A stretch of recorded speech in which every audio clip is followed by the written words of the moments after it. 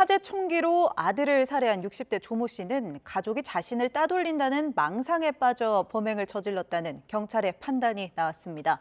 가족을 살해하기 위해 무려 1년 전부터 총기 부품을 구매하고 준비한 걸로 조사됐는데 범행을 후회하거나 반성하지도 않는 걸로 전해졌습니다. 양동훈 기자가 보도합니다.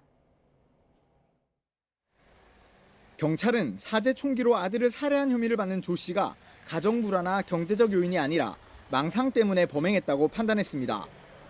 조 씨는 지난 1998년 범죄를 저질러 수감되면서 아내와 이혼했지만 어린 아들 양육을 위해 가족과 함께 생활하다 지난 2015년 아들이 결혼한 뒤부터 혼자 산 것으로 확인됐습니다. 하지만 이후에도 전처와 아들은 장기간 직업이 없었던 조 씨에게 경제적 지원을 아끼지 않은 것으로 조사됐습니다.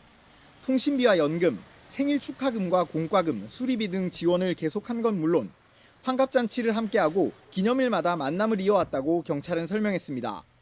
그런데 조 씨는 이혼 후에도 가족과 함께 사는 과정에서 여전히 화목한 가정생활을 하고 있다고 착각한 것으로 보인다고 경찰은 분석했습니다. 또 가족들의 경제력에 의지해 혼자 사는 기간이 길어지면서 자존감을 잃고 따돌림을 당하고 있다는 망상에 빠진 것으로 보인다는 게 경찰 설명입니다. 조 씨는 이 같은 망상에 범행을 후회하거나 반성하지도 않는 것으로 전해졌습니다.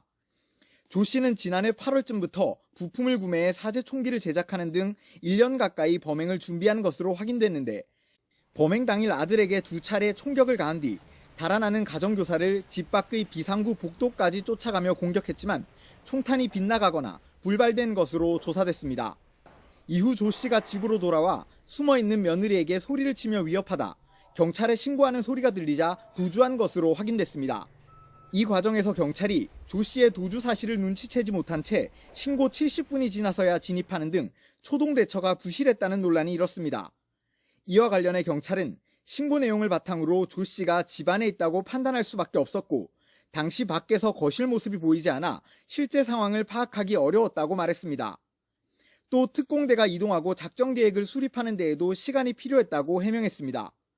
경찰관들이 도착했을 때는 신고 내용상 이 안에 피의자가 있다고 판단을 할 수밖에 없었고 가족들을 대피를 우선시킨 다음에 현장을 확인을 했더니 피의자가 이미 현장을 이탈하는 것이 확인이 됐습니다. 다만 경찰청에서 감찰 조사를 진행하는 만큼 공식적인 입장을 내기는 부적절하다며 감찰 결과를 존중하겠다고 밝혔습니다. YTN 양동훈입니다.